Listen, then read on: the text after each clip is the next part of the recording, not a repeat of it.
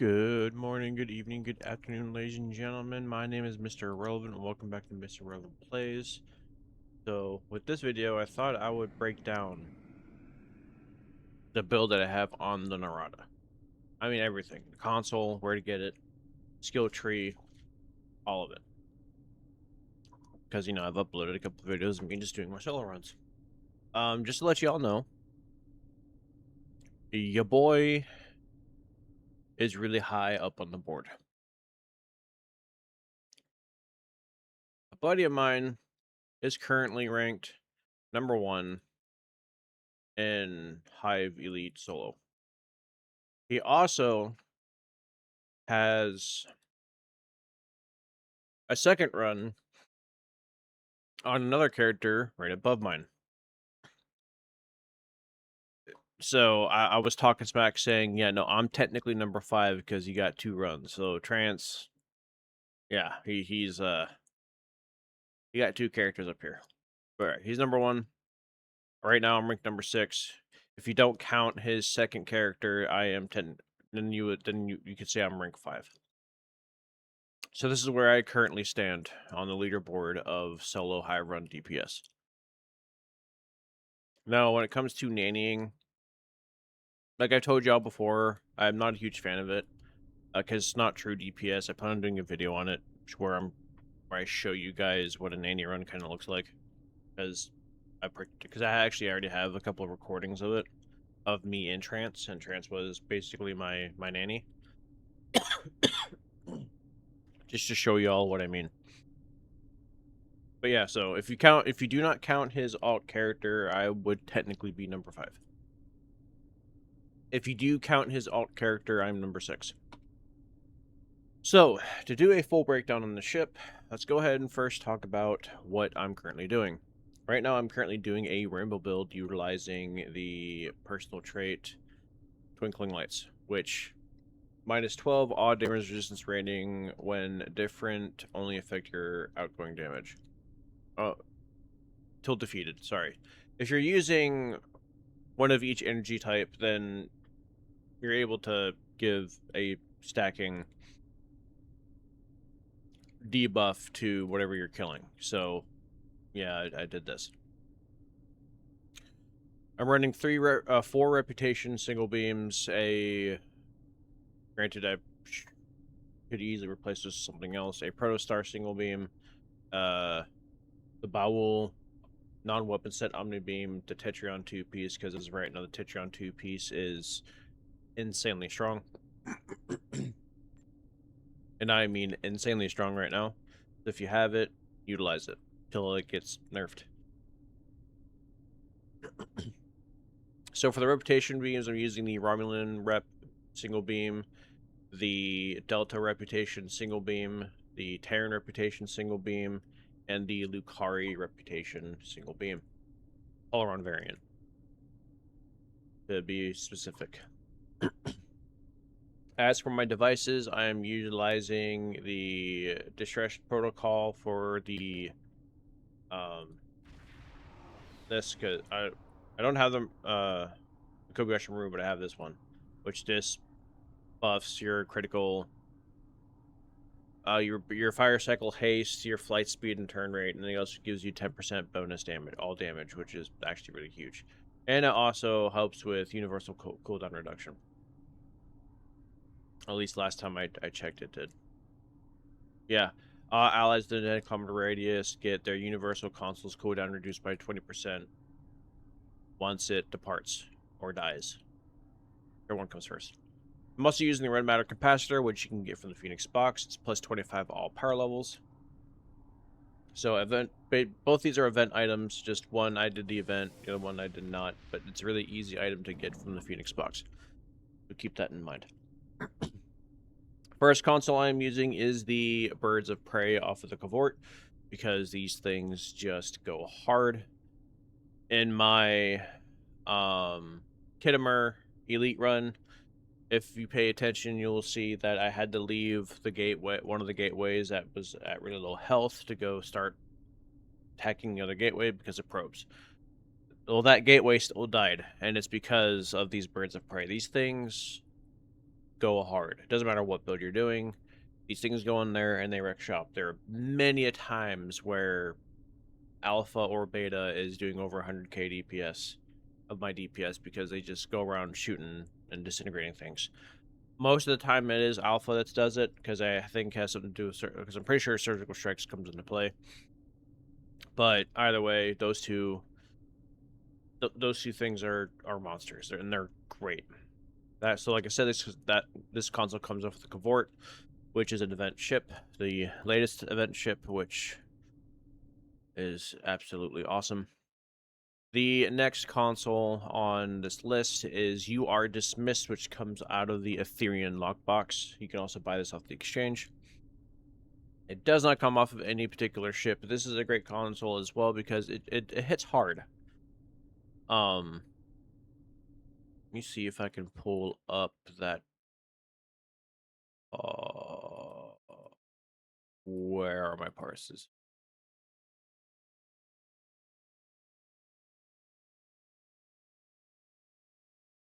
Oh, lovely. All my parses disappeared, so I can't even show you a breakdown. I'm pretty sure that run with max one hit was 2 mil, and it was because of this thing. On this current setup, oh no, there you go. Where no, I didn't want to upload. Thank you.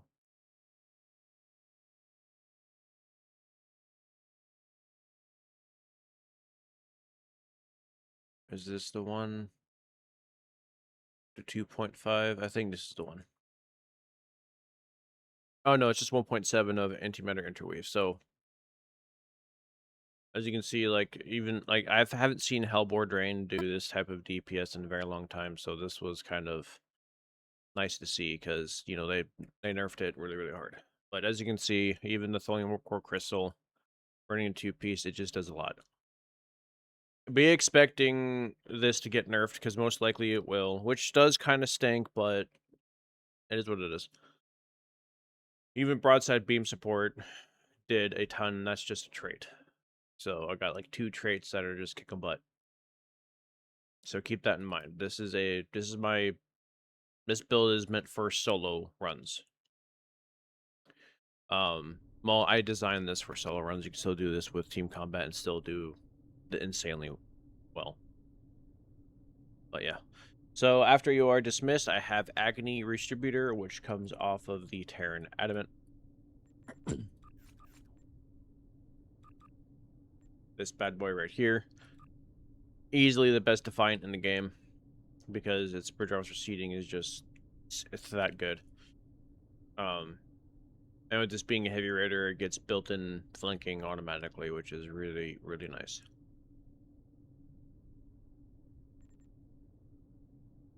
The next console I'm using is Custom Power Matrix. Depending on where you put it on your ship will determine on what passive buff you have. I primarily always put it in engineering because of the extra auxiliary power and maximum aux power. Of course, when you activate, you know, you're losing 15 aux, but you're still getting an aux buff because of what it does. That is also an event ship. It comes off of the, which I need to do video on this ship specifically because it's a mean little ship. Where is it? Oh, I passed it.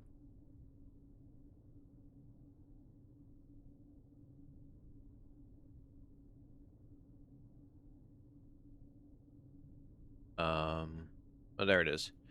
The Ilios Intel Scout Vessel. This little ship. It is a good ship, to be fair. So like I said, depending on where you put it, you can put it in science, you gain shields. You put it in engineering, you gain aux. You put it in the tactical, you gain engine power. You put it in the universal slot, and you gain power transfer rate. There are some builds where you put it in engineering because you need it for the extra speed boost, or some builds where you put it in the universal just because that power transfer rate's huge. It's a really strong buff.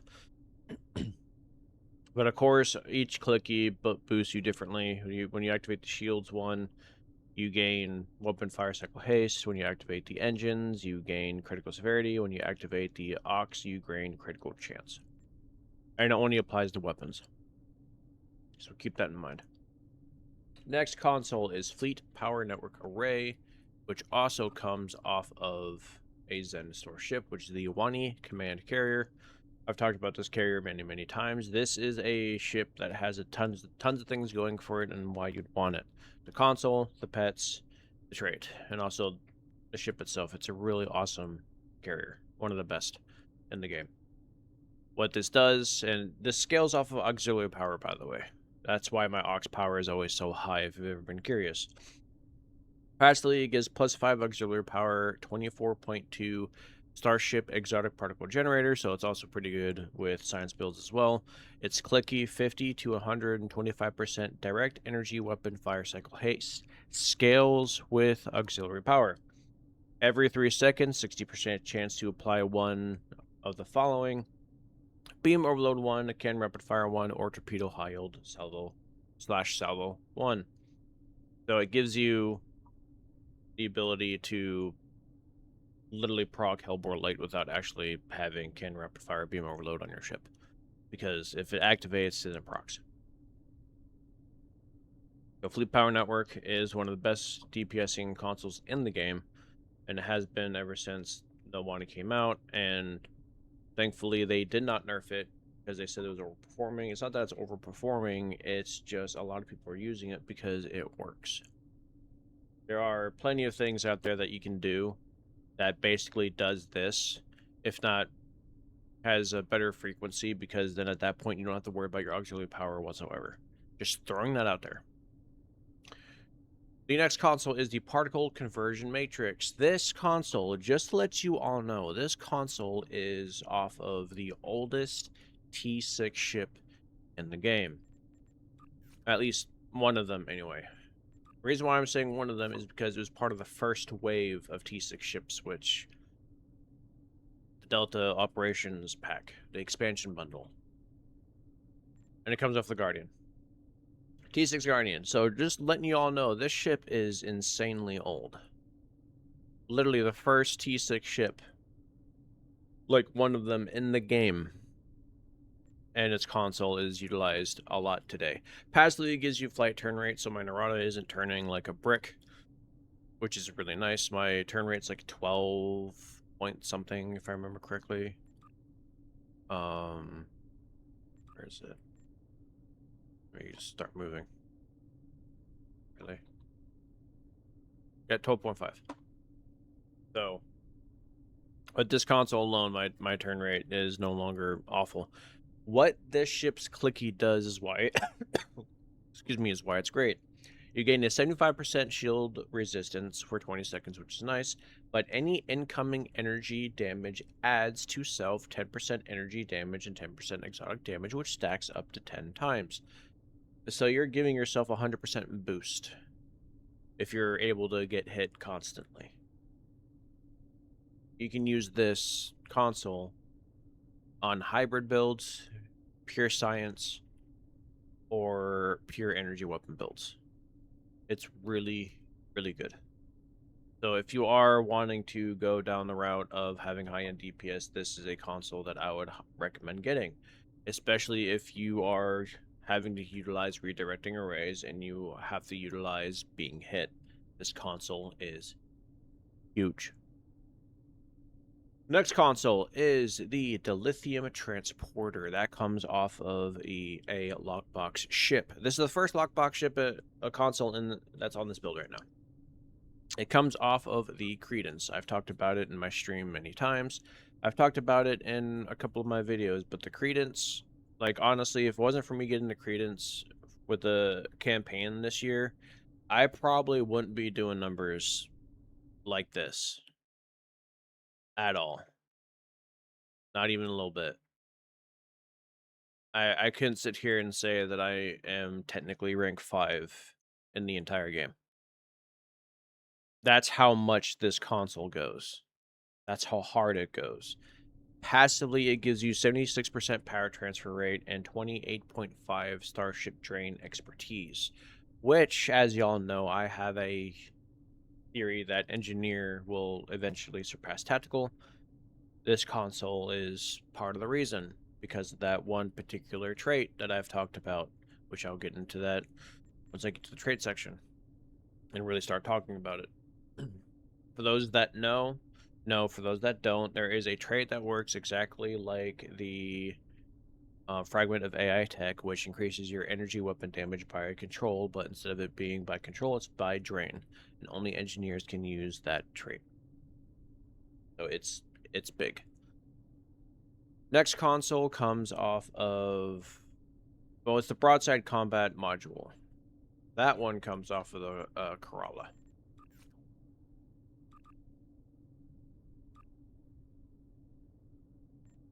If I can remember how to oh, there it is. The Corolla Temporal Battlecruiser. This is another ship that has a lot of things going for it. Everything on the ship is something that you'd want. Because as you saw, one of my highest DPSers were literally its trait. Both of these work very well together. With this broadside combat module, on each broadside arc, you're gaining 25% bonus all damage and plus 50 all damage resistance rating on your arcs. You're clicky, you're able to just, well, I mean, here with the broadside.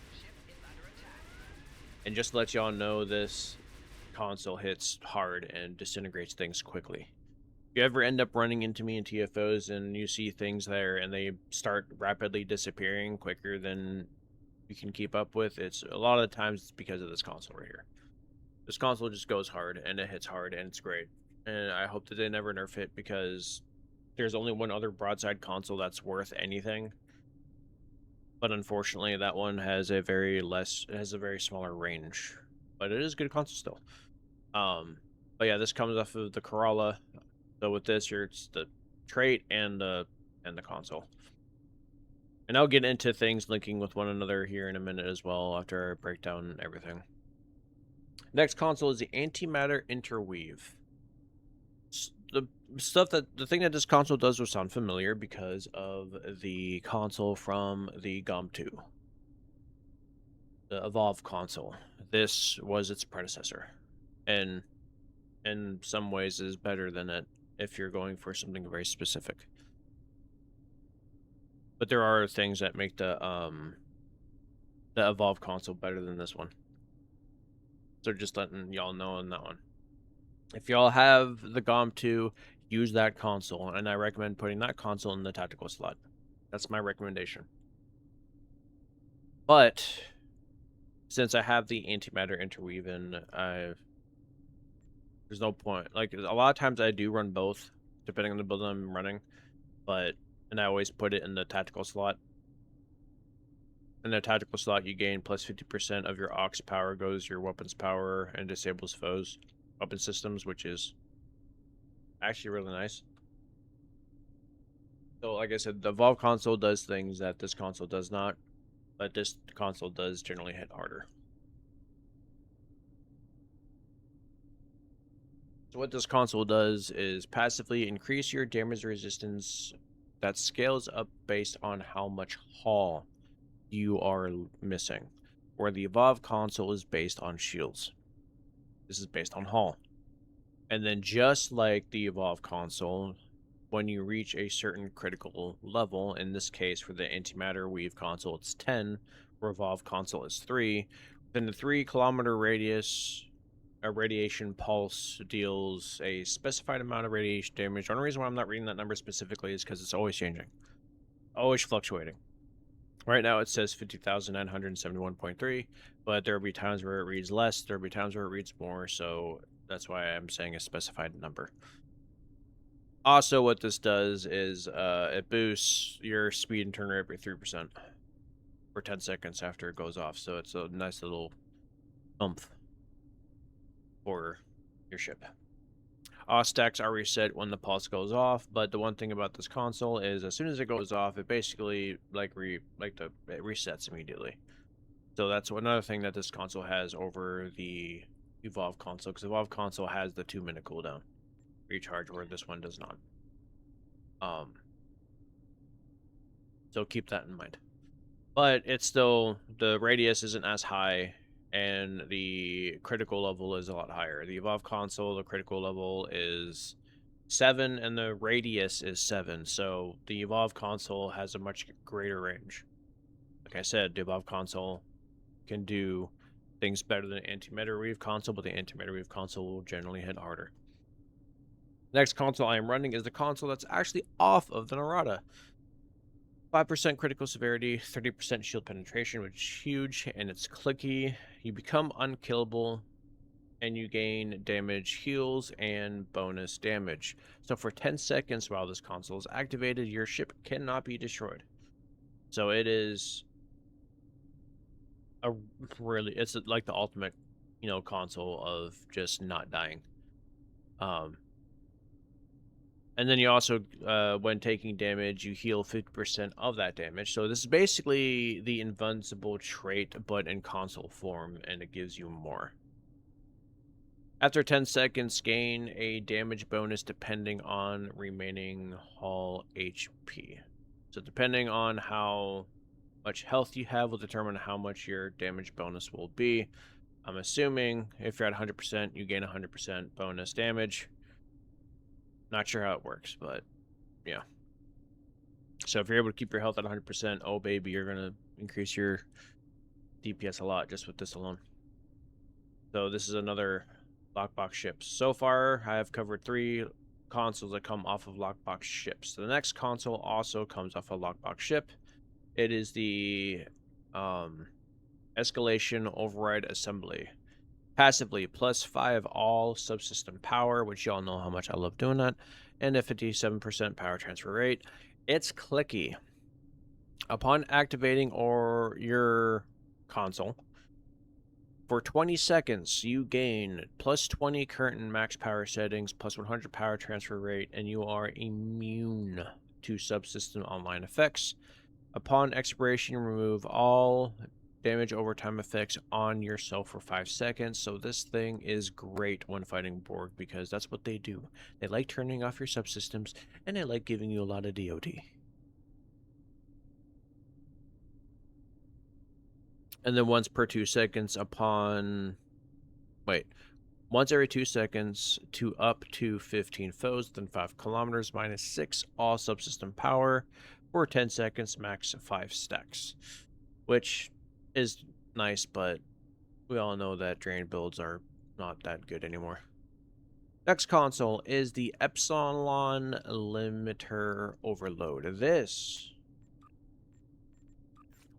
comes off of a new ship, the Armstrong. Honestly, out of the 3 consoles, I'm starting to believe that this is the best one out of the 3. Just so y'all know, the console from the tactical ship, the what is it? Give me a second. All right, I need this one right here, the Sigma Stratagem. It's still bugged. Don't use it. It causes problems, a lot of problems when doing parse runs or just runs in general. So passively, this console gives you a +15 max hull capacity, 6% critical chance, which is the highest straight critical chance buff in the game. Only when threatening stance is not on. Keep that in mind. The moment you turn it off, when you turn it on, when you turn it on, you lose that critical chance buff, but you gain 150% threat generation. So this thing has a threat generation buff and a non-threat generation buff. I never have the threat generation on because I really like that 6% bonus. It's clicky. When threatening stance is on, you gain 200% of the global threat generation. Everything else does not require threat generation. So whether it's on or off, for 30 seconds when this console is activated on critical out, gain 10% of your maximum hull as temporary hull for 15 seconds. On outgoing damage, restore your shields for 2% of damage dealt. On control applications, restore 2% of your maximum hull, which has a 5-second. Which, well, I'm running a lot. So, yeah, that console goes off. So this is another Zen Starship console. Next console. This is like a lockbox ship, but also a Zen Starship. If you get the Through the Ages bundle, you can get this console, well, which I did.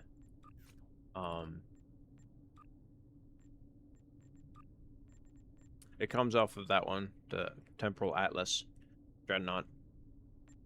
So it's like it is a Zen Store ship, but it was originally a lockbox ship. So if you didn't get to Through the Ages bundle, which is the one bundle that I highly recommend everyone get because this console is the best console in the game, and will do you great things. If you don't get it through the Zen Store, then you have to get it the normal way, which is with keys, or buying it off the exchange, or having the EC to acquire one. What this console does is passively, all damage resistance rating is increased by 11.3, and you also gain a 19% direct energy weapon damage. It's clicky. To self, 40% bonus damage while above 80% hull, which is really easy to do. 100 plus 100 damage resistance rating, and then bonus damage resistance rating, that is, and plus 500% hull regeneration. Now, if you're running stuff like the beta boy that I like to run on here, this guy, yeah, this starts healing you for more. Same thing with this guy, starts healing you for more. So anything that is healing you, you're healing for more. This console's great. It's one of the best consoles in the game. It's so strong. So the last console comes off of an event ship. It is the Subspace Fracture Tunneling Field. Passively, you have 30% hull regeneration, which is also really nice. And then it teleports you in front of your target, but you have to be within like 20 kilometers of the target in order for you to even be able to activate this. I use this without actually teleporting because of its on-con proc capability. It's a 25% recharge time on all your universal consoles. And also when you do the jump, you gain temporary hit points. So it's a really nice console. The ship it comes off of. It comes off of the Bovin Obelisk Carrier, which last time I checked it is in the Muds market, but it doesn't show up for me because I think I already own it. Yeah, the ships that well, this one's here for some reason, even though I did the event for that one. You can correct me in the comments if I'm wrong, if it's just not there, but every so often, like, I'll see it and then I won't, and then I'll see it and then I won't.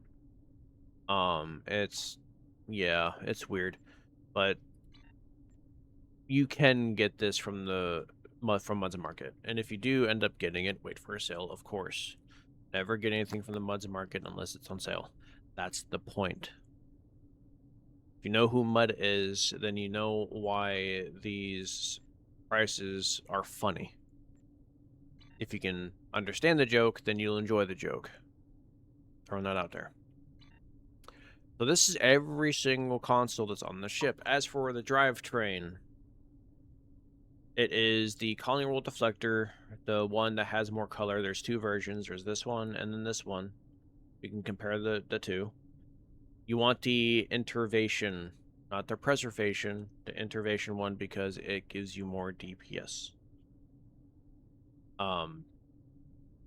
So just keep that in mind. This is the one you want, the one with more color. The second one is the prevailing competitive engines, the ones that give you a boost when you activate a firing mode for bridge officers. It also gives you tactical bridge officer ability, like cooldowns. So that's another reason why I use that one over anyone. I've been using this one over the other ones since forever.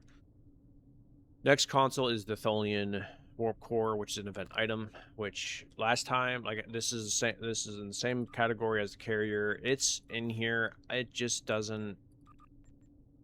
Sometimes I'll see it, sometimes I won't. It's the Crystal Harmonics set that's in here. If it's not in here, again, let me know, because I don't see everything that's in the store for some reason. And then the Khmer Alliance shield as well. That is in Muds Market. I just saw it as I was scrolling through, so it is there, so you can get that as well. The reason why we're using this is because of the anti-proton reflection that it does to a target once every 6 seconds. It's great. It does work. So this is the full setup. You can use whatever phaser you want. You can use whatever other Omni Beam that you want. This is just what I'm currently using. I could, like I said, I could easily replace this with any other Omni Beam if I so chose to. What I could do is switch it with the Gamma Rep Omni Beam for more reputation stuff and switch that for a Bowel single. There's a lot of, which might end up doing more DPS for me anyway. But yeah, it really just player preference at that point. When it comes to doing a rainbow build, use what you want. I just threw this together just because I was just, oh, this is here, this is here, this is here, this is here, that type of thing. Now, as for my skill tree, I got this skill tree from literally the guy who is #1 right now. I have in Lieutenant 3 in Engineering, 6 in Tactical. In Lieutenant Commander, I have 5 in Engineering, 3 in Science, 3 in Tactical. Commander, 6 in Tactical. And Captain, 6 in Science, 6 in Tactical. And Admiral, 2 in Engineering, and 6 in Tactical. Purely for DPS purposes. This is a pure DPS style tree, so keep that in mind. My original skill tree had it balanced, where it literally was basically even between it all, and I was able to actually do solos and survive no problems. The moment I changed it, I had to literally change the way that I do solos because I was dying a lot. But yeah, just keep that in mind. I got this from the guy who is #1 right now. And Hive solo runs, because that's what he does. All he wants is solo runs, and he's like #2 in other ones. Like he's one of the best players in the game, and he has been going unnoticed. He doesn't really talk to very many people. Him and I clicked when him and I first met. We were butting heads because I was trying to show support for this game, because y'all know how much I enjoy this game and how much I love how the devs are actually making the game better. So yeah, but then as soon as he realized what I have and what I'm about, he's like, "Oh, you're awesome actually. Let's talk shop." I'm like, "Yeah, let's do it." So I helped him expand his repertoire, and he greatly helped me with my repertoire. So as for personal traits, since I am a tactical captain, I have to use Good Day to Die. For any tactical captain, this is your most important personal trait to acquire. #1, nothing comes before this one when getting personal traits. The reason being, it gives you the ability to use going down fighting whenever you want, and that is a 50% bonus all damage. That's why tactical has been the best for so long, because of this ability and this trait. But because of the Endeavor system and things that are coming out, like I said before, I have a feeling that engineering is going to overtake it because of a trait that's just like Fragment of AI tech, but instead of it being control, it's drain, and only engineers can use it. So it's one of those types of things. Next trait I'm using is all aspects accounted for. Each time you're hit by an enemy, 2 seconds period, you receive 1 stacking charge. Then once it reaches 15 stacks, you shoot a proton beam, dealing a large amount of damage. It's a really nice reflection style thing, so it's really good. Next trait is Brain Shield Tunneling. You gain 15% shield and hull penetration, but you are decreasing your maximum shield by a certain amount, which is totally fine for me. I'll get into everything connecting with everything soon, do not worry. Next trait. This is one of the oldest lockbox personal traits in the game, Duelist Fervor. It's been in the game for a very long time. Whenever you or a teammate kills something, you gain a 5% bonus all damage and a 5% accuracy, which stacks up to 3 times. So you're getting a 15% bonus all damage unless that doesn't stack, and the only thing that stacks is the accuracy. Either way, it's still a bonus all damage, which is huge. Next is Fireball Escape. For though this is a trait that I put up there in terms of being one of the most important traits that you really need to go out of your way to get, because this makes you immune to warp core breaches, and it gives you flight turn rate, flight speed, defensive capabilities. It also gives you a 20% critical severity buff for 30 seconds, which is also really huge.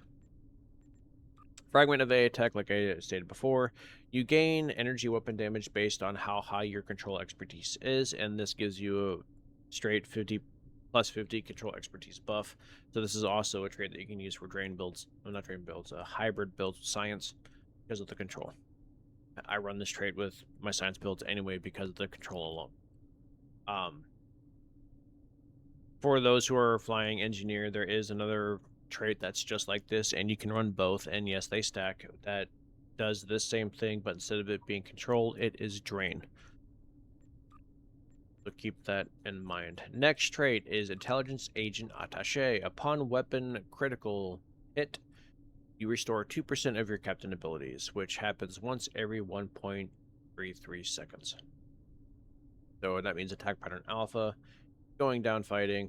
The cooldowns are like non-existent because this trait is just so dang good if you're constantly critically hitting. Next personal trait is the Boimler effect, which y'all, most of you should probably know what this is. A 17.5% recovery recharge time on other bridge officer abilities upon their shared cooldown categories. So it's just a passive thing that just goes off. Your cooldowns are, it's like having a photonic officer permanently on, pretty much. It's a really, really good personal trait to run. And like I said before, I'm running Twinkling Lights because this is a rainbow build, so each energy type is giving whatever foes you're hitting a minus 12 all damage resistance rating debuff until it is defeated. Stacks once per energy type. So if you're running all 6, then you take 12 and times it by 6, and that's what you get. Proton is not in here because Proton is a unique energy type, and it's not part of... This was added before Proton actually really became legitimate. And I doubt that they'll add it because that would just make Rainbow builds even that much stronger. The bread and butter of Uncon builds, the unconventional systems, the trait that makes Uncon work.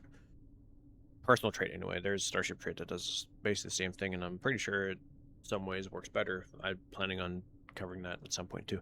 Every single time I use a control ability, 7% of the max, keyword max cooldown, not whatever the cooldown is at the time. So let's say it's a 2-minute, 7% of that 2 minutes every single time I activate a control ability. Right now I am running 8 control abilities on this ship.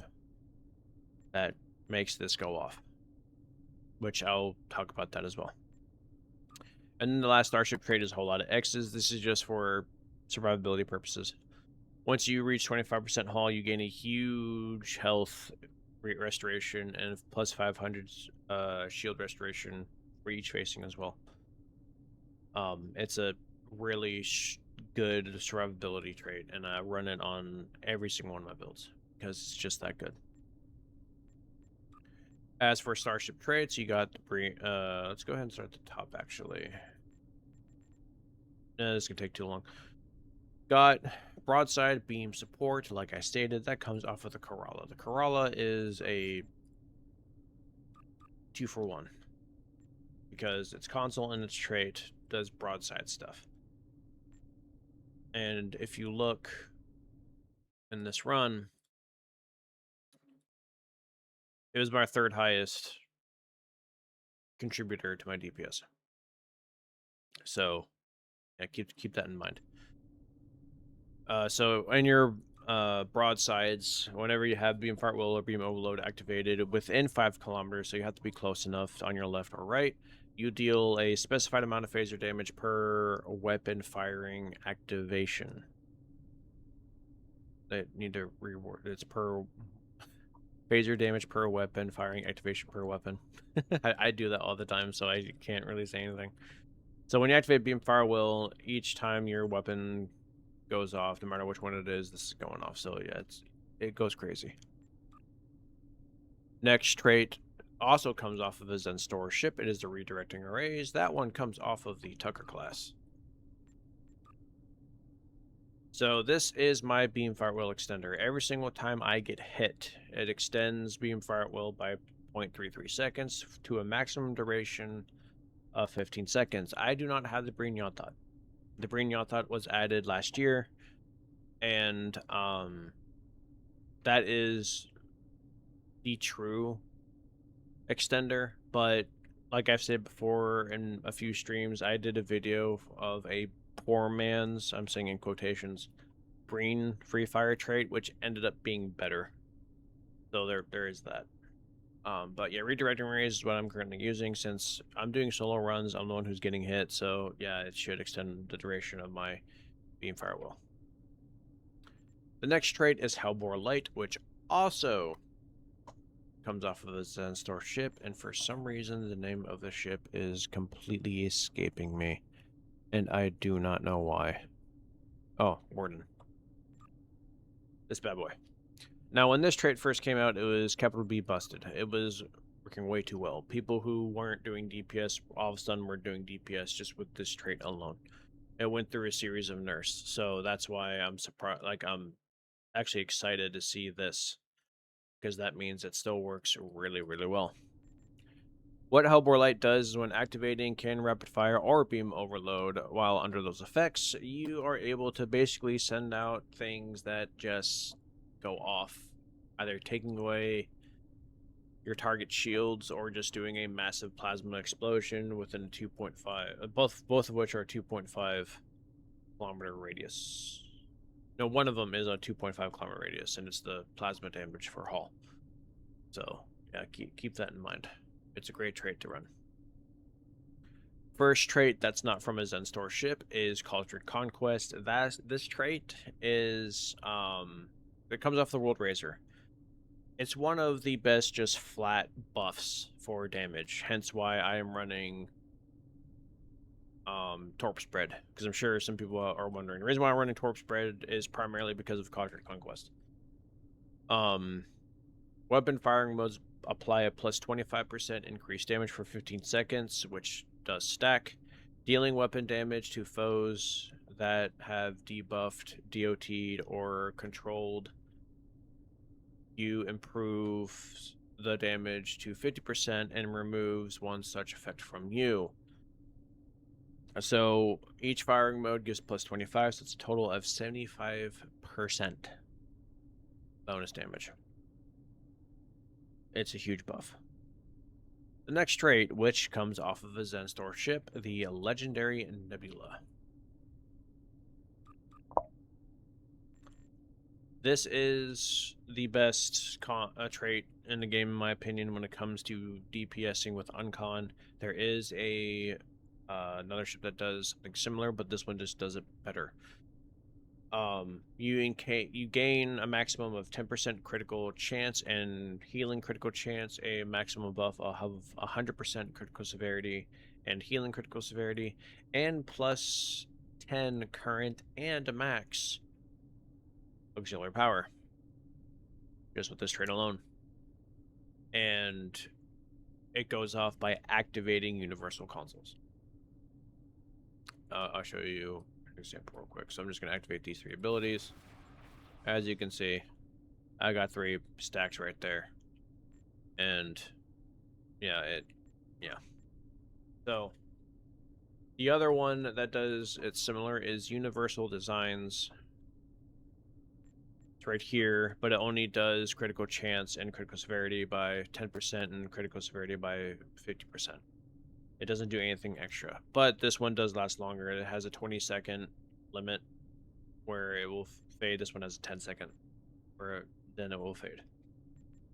But if you can keep your universal consoles going off, then yeah, you're just gonna have a good time. It will always stay at max stacks. Next next trait is Dynamic Focus, or Dimetric Focus. This comes off of one of the new, this one actually, one of the new Kelvin ships. I absolutely love this trait. This trait is insanely strong. What this trait does is when using a tactical bridge officer ability, gain a stack of dynamic focus, maximum of 10 for 15 seconds. While threatening stance is off, because I never have it on, minus 10% weapon power cost, so at max stacks it's minus 100% weapon power cost, and plus 50 plus 50 control severity Control. Gosh, dang, critical severity. My gosh, you get a plus 50 critical severity buff. Not percent, just a plus 50 with weapons. So then swapping between the stances won't immediately reset the stacks, but it will just start applying the other stacks. So you can literally go back and forth and keep both stacks going. The threatening stance, when it's on, you gain 3% hull regeneration and +1 max all power subsystems, which is kind of nice. And then the last trait actually comes off of the ship itself. Fire everything. Weapon, cycle haste, and bonus damage on firing modes or exceed rated limits. So for 15 seconds, which has a 15-second cooldown, 2 self, 20% weapon fires, cycle haste, and 20% bonus all damage, which is huge. And if it just so happens that you do like using exceeded weapon limits, just remember that you will still receive the DOT that it gives you, which is the 3000 electrical damage, but you no longer deal with the drain debuff from this trait, so enjoy. So that is... oh wait, not done yet. The stations. Oh boy, here we go. These stations. I am running 2 science bridge officers, 2 tactical, and 1 engineering. With the universal slot, I'm running a science. All 3 abilities are on-con procs, which is jam targeting sensors, scramble sensors, and photonic shockwave. In my tactical slot, I am running 2 miracle worker abilities, which both of these miracle worker abilities also proc uncon. That's why I'm using them. I am running beam firewall 3 because beam firewall 3, it is the best out of all the beam firewall modes, and of course, if I have the ability to use it, I'm going to use it. And then I'm running cannon rapid fire because of Hellbore Light. Like I said, everything is connected. And then I'm running Torp Spread because of Contract Conquest. Everything is connected, and also it gives me the speed boost with the competitive engines as well. And then I'm running Attack Pattern Beta 1 because I need that for 2 of my duty officers, which I'll get into as well. I'm running Emergency Power to Engines 1 because I need to be able to go faster, and also I have a duty officer that resets Emergency Power, evasive maneuvers when this activates. So I can use that practically immediately, right after. It's great. Another bridge officer ability I'm using is Chronometric Inversion Field, which is a uncon buff. Eject Plasma, which is another uncon buff, and then Tractor Beam 1, which is another uncon buff. So I am running 8 uncon buffs total.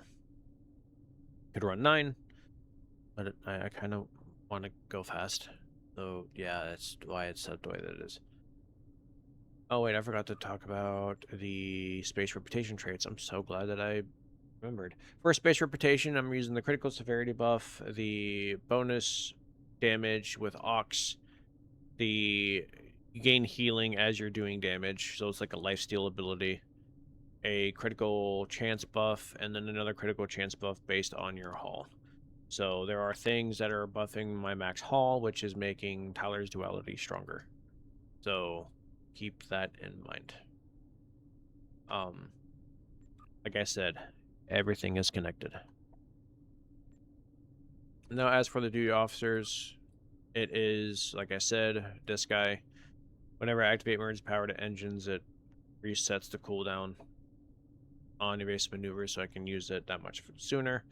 I'm running a Nakul duty officer, which helps with when activating a tactical bridge officer ability, a 20% chance, 10% of next 10 sources of outgoing damage applies as healing. Not that great, but it definitely helps out a lot.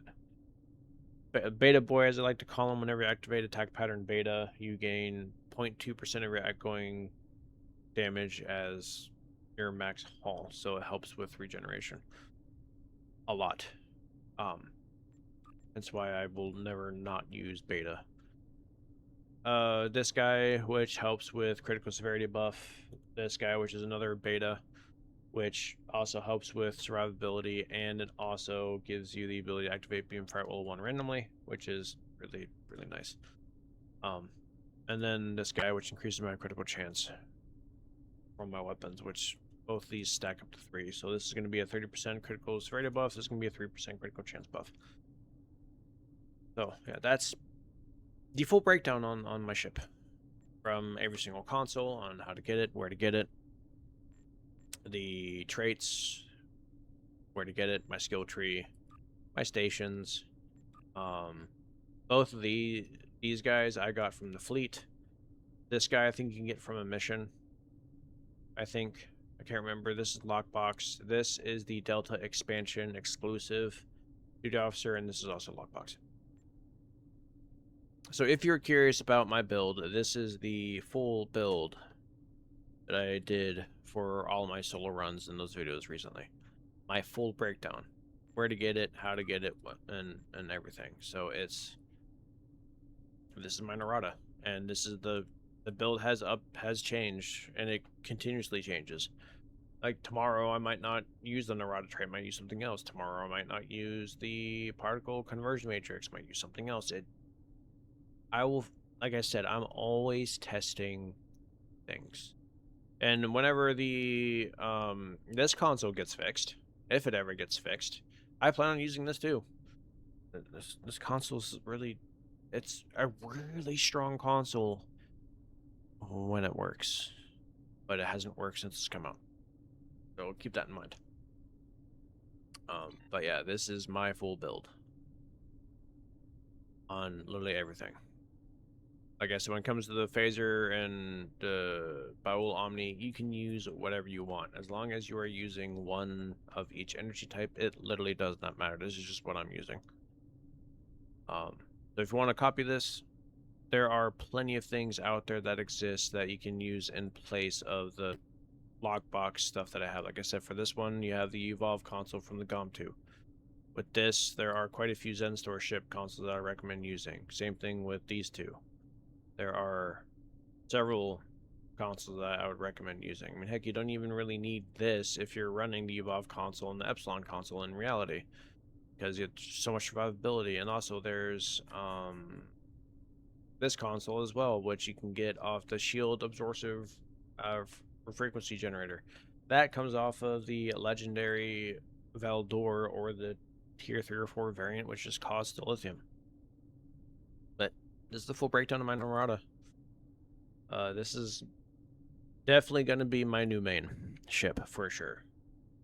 So I will still fly other things, do not worry. I'm not just going to only fly this. I will fly others.